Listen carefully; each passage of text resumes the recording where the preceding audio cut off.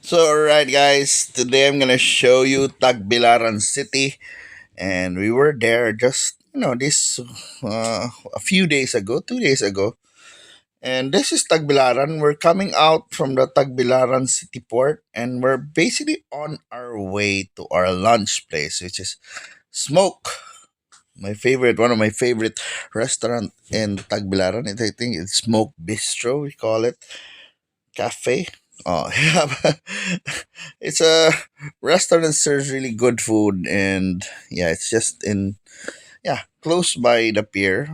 On our way to, we're actually on our way to Panglao because we're gonna check out Gcash's initiative about making an unbelievable digital ecosystem in Bohol. So imagine, diba?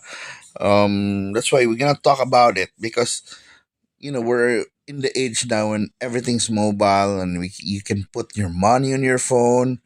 So today we're gonna talk about cashless travel. Oh, can you imagine that? Cashless travel. You travel around the country or any part of the world without really bringing out cash. Well, it's done by a credit card before, of course. I mean, people abroad, especially, they have their this credit cards that they can just swipe it and swipe it and swipe it. But this time, we're talking about digital money, e-commerce or e-money, like the country's leading digital wallet, Gcash. So it's real cash, real time, transferred from the tourist to the vendor or to the tour provider or to the business. So it's really cash that you just can put it in your bank or withdraw eventually. So maunay ko ano to ano eh, we're actually here for that. So this is Tagbilaran. I'm quite surprised that um Globe or Gcash is doing this. But of course that's their business. So they have to really expand the reach of their um digital currency, or basically that's peso, but they're e-wallet. So I think that's really useful. I'm a Gcash user for a long time. I think when they started, I think so. I've been a Gcash user even before the pandemic, but now it has more applications. Now before, I think you just use Gcash for load. You just play around. Now the QR codes are available even in remote tourist towns in the country, in some remote tourist towns. Huh? And yes, on this weekend we tried it out. On this week we tried it out in what you call it, in Panglao or in Bohol. So even the this lunch was paid with Gcash. So imagine, so you can pay for lunch, you can pay for accommodations, you can pay for practically everything already. I mean, and that's so nice about it. So morning now sa Tagbilaran, quite clean. Medyo huot lang ang streets, but yeah, you can see a lot of Bolanons now that have their own cars. Most na problem sa una tingin, the transitions, mag-transition ba that? Because people never planned to having cars. I think murabag wa sila mag-expect now. We see a lot of cars parked on the road. So dapat ba na? Mong tinuod man na because many of us, ano ba na, sa una, let's say just even 20 years ago, cars are not affordable to practically everyone. Now, may promos ang cars na zero down payment. Yeah, then this is also cost na mo na maka-afford ng mga tao. Or and normally the life cycle or the life of cars here in the Philippines are way longer than the usual. Diba sa abroad, you can change your cars every 5 years, 10 years. They could even reach 20 or 30 years. So, well, we maximize it, but they always say na it's less environmental friendly. But I think feeling nako by maximizing the life of your car, you're actually more environmental friendly because you don't need to mine for metals. Di ka pa kayo mag-ilisan, di ba? Alam mo na pag that kind of consumption, The desire to always change cars, to produce and produce, it's really depleting our resources instead of maximizes it. Like say for example sa mga phones nato that we change our phones every year ng mga tao baka naman nine new models of phones every month. So asam tong old phones. The good thing about Filipinos is we really maximize the life. But sa abroad, destroy it away. They say recycle, recycle. But I don't think they really recycle, maximize recycling. Why not make phones that would last, that you can use for years? Di ba pwede lang i-upgrade ba? Hopefully lang pwede rin ninyo i-upgrade or modular lang. Pero pwede rin, ilisan akong screen.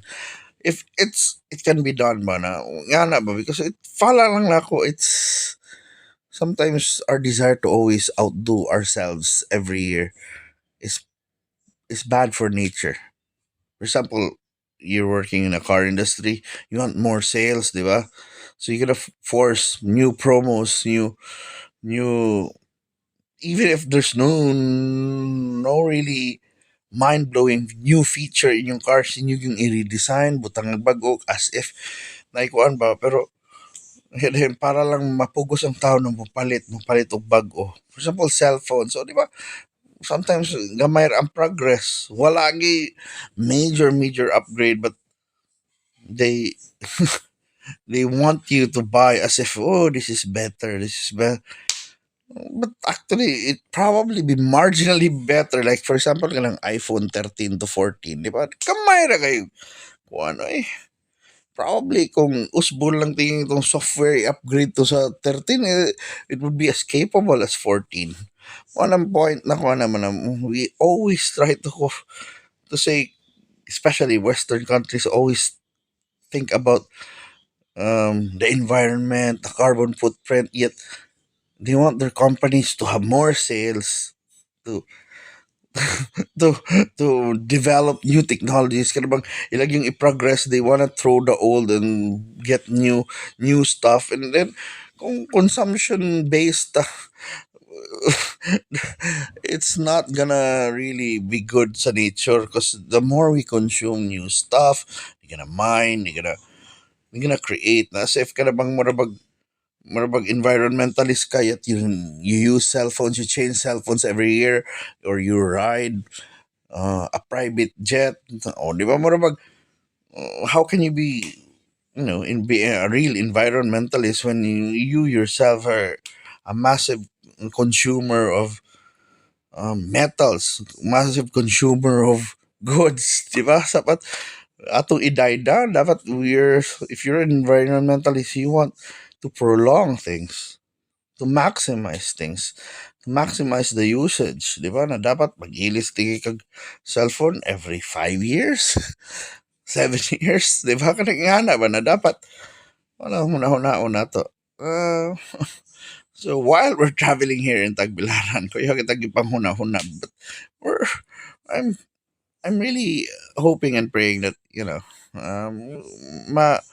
we'll have be guided by wisdom na lang na no, some for example sa West they try to impose on us.